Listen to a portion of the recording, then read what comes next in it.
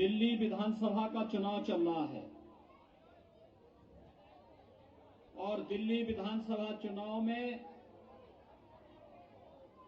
पूरा देश और पूरी दुनिया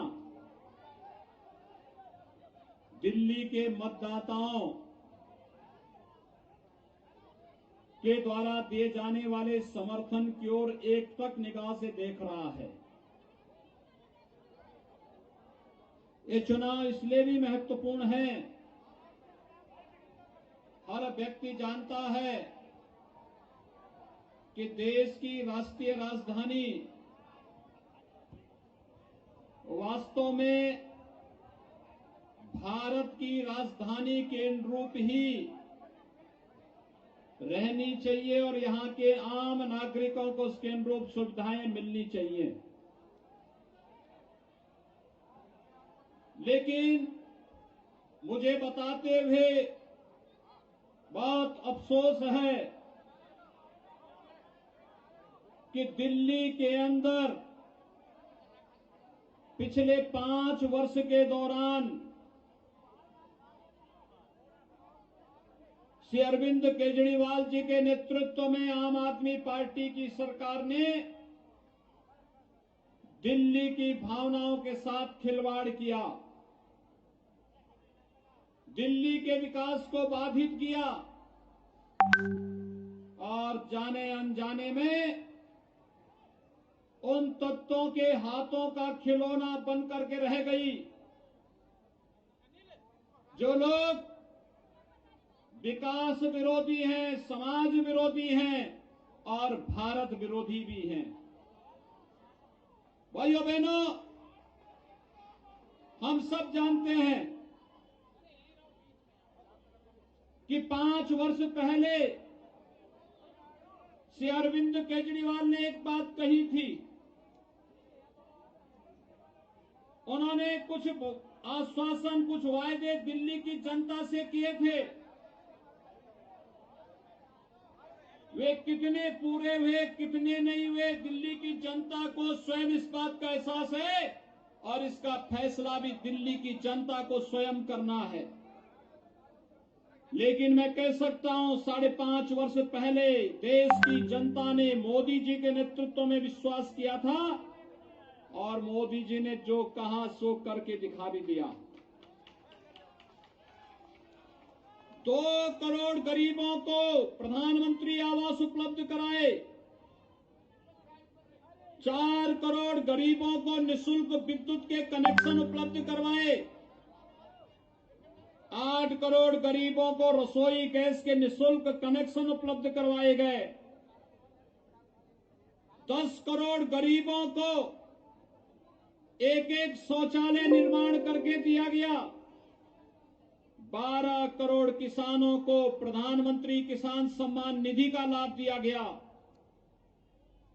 15 करोड़ युवाओं को प्रधानमंत्री मुद्रा योजना, प्रधानमंत्री स्टैंड अप की योजना, प्रधानमंत्री स्टार्टअप की योजना, मेक इन इंडिया से आर्थिक स्वावलंबन की ओर अग्रसर करके रोजगार और नौकरी के साथ जोड़ने का कार्य किया, 46 करोड़ गरीबों के बैंक में जनधन के अकाउंट खुलवाए गए और 50 करोड़ गरीबों को हर वर्ष 5 लाख रुपए की आयुष्मान भारत में स्वास्थ्य बीमा का कवर देने का काम किसी ने किया। ये प्रधानमंत्री नरेंद्र मोदी जी के नेतृत्व में भारतीय जनता पार्टी की सरकार ने की। लेकिन भाइयों बहनों, अरविंद केजरीवाल के नेतृत्व की सरकार ने अपनी ओर से तो यहां के लोगों के लिए कोई सुविधा नहीं दी।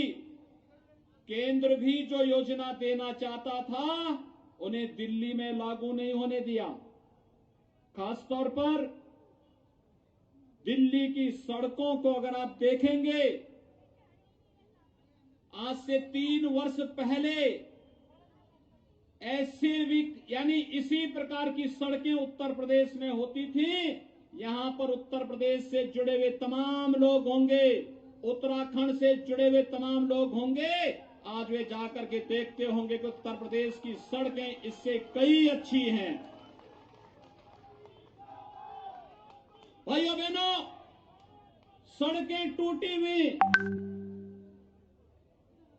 अरविंद केजरीवाल ने कहा था, मैं हर विधानसभा क्षेत्र में नए नए स्कूल और पाठशालाएं खुलाऊंगा। पाठशाला नहीं खुलवाए, मोहल्ले मोहल्ले मधुशालाएं खुलवा दी हैं। इन्होंने कहा था आरओ का पानी पिलाएंगे, आरओ का पानी तो नहीं पिलाए, यमुना जी के जल को और जहरीला बना दिए और उस जहरीले पानी को दिल्ली की जनता को पिला करके अपनी तरह ही खांसने के लिए मजबूर कर दिए। भाइयों बहनों, दिल्ली का पब्लिक ट्रांसपोर्ट सिस्टम कभी देश के लिए एक आदर्श माना जाता था। डीटीसी की बसें बहुत अच्छी सेवा थी। डीटीसी की बसों का नंबर लोग नोट करते थे, एक स्थान से दूसरे स्थान तक जाते थे।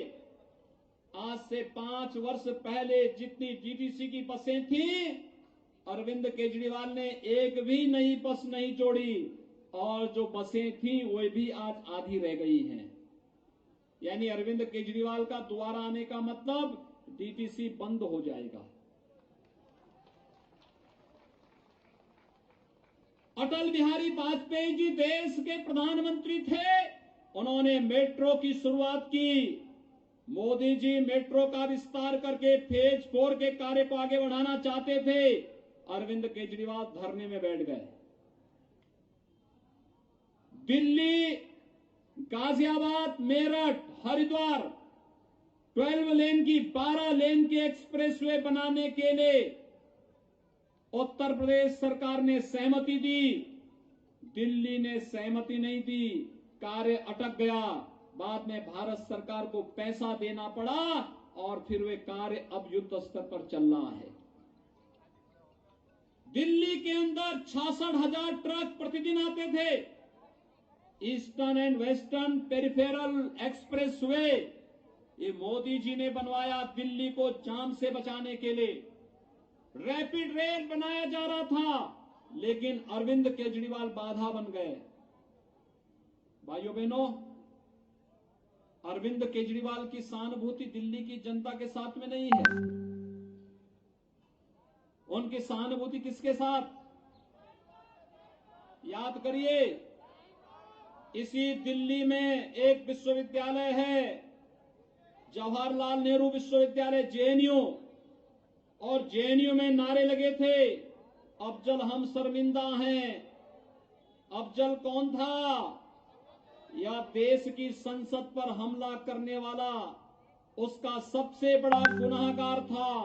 और जब इसको फांसी की सजा होती है तो उस फांसी की सजा का विरोध करने वाले लोगों के प्रति जो सहानुभूति, जिस देश के दुश्मन के प्रति सहानुभूति पक्ष रखने वाले लोग, जो लोग भारत के खिलाफ नारेबाजी करते हैं कि भारत तेरे टुकड़े होंगे, इंशाअल्लाह इंशाअल्लाह के नारे लगाते हैं, अरविंद केजरीवाल की सहानुभूति उनके साथ में है।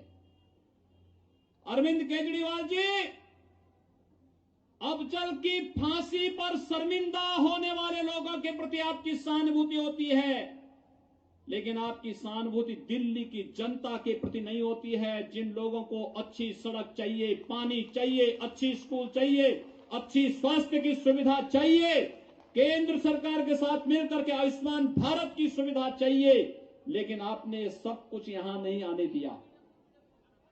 आप शर्मिंदा तब नहीं होते हैं भाइयों बहनों, ये आम आदमी पार्टी के लोग तब शर्मिंदा नहीं होते हैं जब देश की जनता, देश की राष्ट्रीय राजधानी की जनता बुनियादी सुविधाओं के लिए तरसती है। अच्छी सड़क के लिए, शुद्ध पेयजल के लिए, अच्छी शिक्षा और अच्छे स्वास्थ्य सुविधा के लिए तब इन्हें शर्मिंदा महसूस नहीं होती है। इन्हें शर्मिंदा तब महसूस होती है जब देश के लोकतंत्र का एक कातिल फांसी पर लटकता है, तब इन्हें शर्मिंदगी महसूस होती है। और इसलिए भाइयों बहनों, आज मैं आप सबसे यही कहने के लिए आया हूं, आपने देखा होगा, अभी मैं आ रहा था, यहां आने मुझे लेट हुआ है क्योंकि सड़क, पता ही नहीं था कि गड्ढे में सड़क है या सड़क में गड्ढा है। इतना ओबड़ खाबड़ पैसा। मैंने पूछा एक दो लोगों से, मैंने कहा भी ये दिल्ली की सड़क है? तो पता लगा कि आम आदमी पार्टी के लोग ठेके पट्टे के चक्कर में सड़क बनने ही नहीं देते। इनके मंत्रियों पर भ्रष्टाचार के ढेर सारे आरोप हैं और अरविंद केजरीवाल हैं कि हर विकास के मुद्दे को लेकर के धरने पर बैठ जाते हैं। अब तो नई नई चीजें देखने को मिल रही हैं। जब धारा 370 कश्मीर से हटाई गई थी, याद करिए, बाबा साहब डॉक्टर भीमराव अंबेडकर ने कहा था एक धारा 370 देश के अंदर अलगाववाद का कारण बनेगी। कांग्रेस नहीं हटा पाई, कम्युनिस्ट नहीं हटा पाए, सोशलिस्ट नहीं हटा पाए। ये हिम्मत प्रधानमंत्री मोदी जी ने दिखाई, धारा 370 सदैव के लिए समाप्त कर दिया। लेकिन उस समय दो लोगों की बोली पाकिस्तान के साथ मिलती थी। एक कांग्रेस के उस समय के अध्यक्ष श्री राहुल गांधी और एक आम आदमी पार्टी के अध्यक्ष और दिल्ली के मुख्यमंत्री अरविंद केजरीवाल। ये दोनों के स्वर उस समय पाकिस्तान के प्रधानमंत्री इमरान खान के साथ जुड़ते थे। अब मेरी समझ में आया कि ये लोग पाकिस्तान के समर्थन में क्यों कह रहे थे। आपने याद किया होगा, अभी 3 दिन पहले पाकिस्तान के एक मंत्री का वक्तव्य आया था कि दिल्ली के अंदर मोदी जी नहीं जीतने चाहिए। मैं पूछना चाहता हूं दिल्ली वासियों से, आप कौन सा काम करेंगे? जिससे देश में खुशहाली आए वह काम करेंगे या जिससे पाकिस्तान में खुशहाली आएगी? आप देश की खुशहाली के लिए कार्य करेंगे ना? इधर वालों से पूछता हूं, आपसे, इधर वालों से, आप कौन सा काम करेंगे जिससे देश में खुशहाली होगी? आपकी प्रसन्नता किसमें? जब देश में प्रसन्नता होगी इसी में तो आप सबकी प्रसन्नता है। लेकिन अरविंद केजरीवाल कब प्रसन्न होते हैं? जब पाकिस्तान प्रसन्न होता है। क्या आपकी सहानुभूति अरविंद केजरीवाल के साथ होनी चाहिए क्या? जोर से हाथ उठा के बोलो। क्या अरविंद केजरीवाल आपके हितैषी हो सकते हैं क्या? शाहीन बाग का धरना किस बात को है? आज सुबह एक सज्जन ने मुझसे मिलने का समय मांगा। मैंने कहा भैया 9:30 बजे तक आ जाना, क्योंकि 10 बजे मुझे सभाओं में जाना है। वे पहुंचे 11 बजे। मैंने पूछा भाई 1.5 घंटे लेट में आप आ रहे हैं, मेरे पास समय नहीं, सभाओं के लिए देर हो रही है मुझे। तो उसने कहा साहब मैं निकला था सुबह 7:30 बजे, मुझे 9 बजे तक पहुंचना था, लेकिन क्या करें पूरा दिल्ली जाम है। मैंने कहा क्यों? कहा शाहीन बाग का जो धरना चल रहा है। यानी शाहीन बाग के धरने ने पूरी दिल्ली को जाम कर दिया। और वहां पे नारे क्या लग रहे हैं? आजादी के। कैसी आजादी? कौन सी आजादी? ये वही जेएनयू वाली आजादी की बात कर रहे हैं, कश्मीर वाली आजादी की बात कर रहे हैं। और इनको दिल्ली की जनता को पानी नहीं दे रहे हैं, दिल्ली की जनता को कोई सुविधा अरविंद केजरीवाल नहीं दे रहे हैं, लेकिन शाहीन बाग में बैठे हुए लोगों को बिरयानी खिलाने का काम अरविंद केजरीवाल कर रहे हैं। भाइयों बहनों, यह व्यक्ति वह हर काम करेगा जो देश के खिलाफ होगा। और इसीलिए आज मैं आप सबसे कहना चाहता हूं, ये शाहीन बाग तो एक बहाना है, असली निशाना तो इनकी एक भारत श्रेष्ठ भारत के प्रधानमंत्री मोदी जी के मुहिम पर है। ये भारत समृद्धिशाली होगा, श्रेष्ठ होगा, दुनिया की एक ताकत बनेगा तो भारत का हर नागरिक भी ताकतवर बनेगा ना। हमारा ये देश है, अगर हमारा देश विकसित होगा, समृद्धशाली होगा, दुनिया की एक ताकत बनेगा तो भारत की भी ताकत बनेगी। भारत का हर नागरिक ताकतवर होगा, देश और दुनिया के अंदर प्रत्येक नागरिक का सम्मान बढ़ेगा और यही तो काम पिछले 70 वर्षों की जंग को हटाने का काम मोदी जी ने किया। ये 70 वर्षों की जंग किस रूप में थी? कश्मीर में धारा 370 के रूप में थी, 3 तलाक के रूप में थी, और 500 वर्षों से अयोध्या में भगवान राम के जन्म स्थान पर भव्य मंदिर निर्माण की मांग हो रही थी।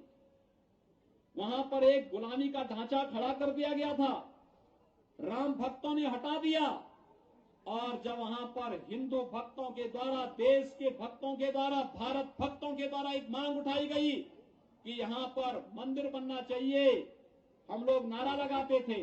आप में से ज्यादातर लोग अयोध्या गए होंगे, नहीं गए होंगे, नारे में सहभागी बने होंगे। एक नारा लगता था कि रामलला हम आएंगे, मंदिर वहीं बनाएंगे। तब ये विपक्ष के लोग कहते थे कि क्या तारीख भी बताएंगे। और भाइयों बहनों, आज तो मैं दिल्ली वासियों को तारीख बताने के लिए भी आया हूं।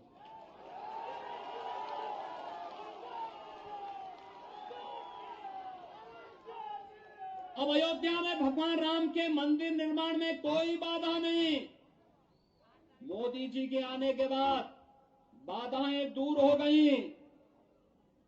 एक एक करके सब बाधाएं दूर, आतंकवाद दूर, नक्सलवाद दूर, राम मंदिर के निर्माण की बाधा दूर। जो लोग देश का पैसा लूट लूट करके विदेशी बैंकों में जमा करते थे, आज उनके अंदर भी एक नई बेचैनी है कि पता नहीं कब मोदी जी उनके उन सब खातों का पैसा भारत में लेकर के आकर के सब लोग कटोरा लेकर के दिल्ली की सड़कों पर फिर निकलते हुए दिखाई देंगे। आज तो कैंडल मार्च लेकर के निकलते होंगे, और आप देखना इन्होंने देश को जितना लूटा है सब पैसा देश के खातों में वापस आने वाला है, और ये बेचैनी ही धरना देने के लिए उन्हें मजबूर कर दे रही है। क्योंकि ये तो निशाना है, ये हर व्यक्ति जानता है। ये नागरिकता कानून पहली बार नहीं बना है, 1955 में बना था जब नेहरू जी देश के प्रधानमंत्री थे। ये नागरिकता कानून नागरिकता देने का कानून है। पाकिस्तान के अंदर, बांग्लादेश के अंदर, अफगानिस्तान के अंदर जो हिंदू, सिख, बौद्ध, जैन, पारसी, ईसाई, ये सारे के सारे लोग इन देशों में धार्मिक उत्पीड़न के शिकार हैं। वहां से अपने धर्म को बचाने के लिए, बहन बेटियों की सुरक्षा के लिए भारत की शरण लिए हैं। उनको भारत की नागरिकता देने का काम प्रधानमंत्री मोदी जी ने किया। मोदी जी का अभिनंदन होना चाहिए था, क्योंकि शरण में आए हुए की रक्षा करना ये भारत की पुरानी नीति रही है, और मोदी जी ने वही किया। तो ये लोग मोदी जी का विरोध कर रहे हैं। भाइयों बहनों, आप सबसे मेरी अपील है, ये दिल्ली की जो बाधा है, दिल्ली की जो विकास की बाधाएं हैं, इन बाधाओं को दूर करने का कार्य कोई कर सकता है तो केवल भारतीय जनता पार्टी कर सकती है। और आपने देखा होगा कि भारतीय जनता पार्टी ने अभी प्रधानमंत्री मोदी जी के नेतृत्व में कुछ ही महीनों पहले एक निर्णय लिया, 1731 दिल्ली के अंदर अनऑथराइज कॉलोनियों को ऑथराइज करने, गरीबों को मकान दिया जा सके, शासन की सुविधाओं से आच्छादित किया जा सके, हर गरीब को 5 लाख रुपए की प्रतिवर्ष निःशुल्क स्वास्थ्य सुविधा का कार्ड दिया जा सके, दिल्ली के अंदर पब्लिक ट्रांसपोर्ट के सिस्टम को ठीक किया जा सके, और भाइयों बहनों यही नहीं, शुद्ध पेयजल की आपूर्ति की जा सके। इसके लिए दिल्ली के अंदर भारतीय जनता पार्टी आवश्यक है। भाइयों बहनों, देश के अंदर 2 पवित्र नदियां हैं, और ये 2 पवित्र नदियां, एक गंगा जी है, गंगोत्री से गंगा सागर तक बहती है, एक यमुनोत्री जी है, यमुनोत्री से निकल करके प्रयागराज में गंगा जी में मिल जाती है। इन दोनों नदियों में प्रदूषण के 2 क्रिटिकल पॉइंट हैं। गंगा का सबसे क्रिटिकल पॉइंट था कानपुर, यमुना जी का सबसे क्रिटिकल पॉइंट है दिल्ली। इसके बाद नदी नदी नहीं रह जाती है, नाले में बदल जाती थी। भाइयों बहनों, प्रधानमंत्री मोदी जी के कारण नमामि गंगे परियोजना में उत्तर प्रदेश के अंदर हमारी सरकार ने गंगा जी को निर्मल बना दिया है। आज आप गंगा में स्नान कर सकते हैं, आचमन कर सकते हैं। प्रयागराज कुंभ में पिछले वर्ष 25 करोड़ श्रद्धालु आए थे, सभी ने गंगा में डुबकी लगाई। मैं भी 2 बार गया था डुबकी लगाने के लिए, और इस बार बसंत पंचमी के दिन फिर गया था मैं डुबकी लगाने के लिए प्रयागराज में गंगा जी में। मैं अरविंद केजरीवाल से कहना चाहता हूं, मैं गंगा में स्नान भी करता हूं और आचमन भी लेता हूं, क्योंकि गंगा जी को हमने नमामि गंगे परियोजना में प्रधानमंत्री मोदी जी की भावनाओं के अनुरूप निर्मल बना के दिखा दिया है। अरविंद केजरीवाल जी, अगर आप सच्चे दिल्ली की जनता के हितैषी हैं, यमुना जी में डुबकी लगा करके यमुना जी के पानी का आचमन करके दिखा दो। नहीं कर पाएंगे। ये लोग पूरी तरह गैर जिम्मेदार हैं। इन लोगों की भावनाएं जनता के प्रति नहीं, इनकी सहानुभूति दिल्ली की जनता के प्रति नहीं, इनकी सहानुभूति तो उन लोगों के प्रति है जो भारत विरोधी नारे लगाते हैं, आम जनता के आवागमन में बाधा पैदा करते हैं। इसलिए इस प्रकार के गैर जिम्मेदार, इस प्रकार के संविधान के विरोध करने वाले तत्वों के प्रति सहानुभूति रखने वाले अरविंद केजरीवाल के प्रति या कांग्रेस के प्रति दिल्ली की जनता को निर्णायक स्थिति में आना चाहिए, और वही अपील करने के लिए मैं आपके बीच में आया हूं। भाइयों बहनों, आज दिल्ली के अंदर आम जनता ने फिर से निर्णय लिया है, और वह निर्णय लिया है जैसे लोकसभा चुनाव में 7 सीटें भारतीय जनता पार्टी को दी थी, ऐसे ही दिल्ली के अंदर 2/3 बहुमत से भारतीय जनता पार्टी सरकार बनाएगी। और यही अपील करने के लिए आया हूं मैं उत्तम नगर के। ये उत्तम नगर बनाने का काम श्री कृष्ण गहलोत ही कर पाएंगे, भारतीय जनता पार्टी ही कर पाएगी। और इसी के लिए अपील कि 8 फरवरी को कमल चुनाव चिन्ह पर भारतीय जनता पार्टी के प्रत्याशी को भारी मतों से विजयी बनाने की अपील आप सबसे मैं करता हूं। इतनी भारी संख्या है, अगर आप में से हर व्यक्ति तय कर लें कि 10-10 मतदाताओं को मतदान स्थल पर ले जाकर के मतदान करवाऊंगा, भारतीय जनता पार्टी को विजयी बना करके अपने दायित्व का निर्वहन करूंगा। भाइयों बहनों, कांग्रेस और आम आदमी पार्टी के प्रत्याशियों की जमानतें होंगी जब्त, और दिल्ली के अंदर भारतीय जनता पार्टी की सरकार बनेगी, तब आपको बुनियादी सुविधा के लिए या सुरक्षा के लिए फिर कहीं भी गुहार नहीं लगानी पड़ेगी। यही अपील करते हुए वाणी को देता हूं विराम। जय जय श्री राम।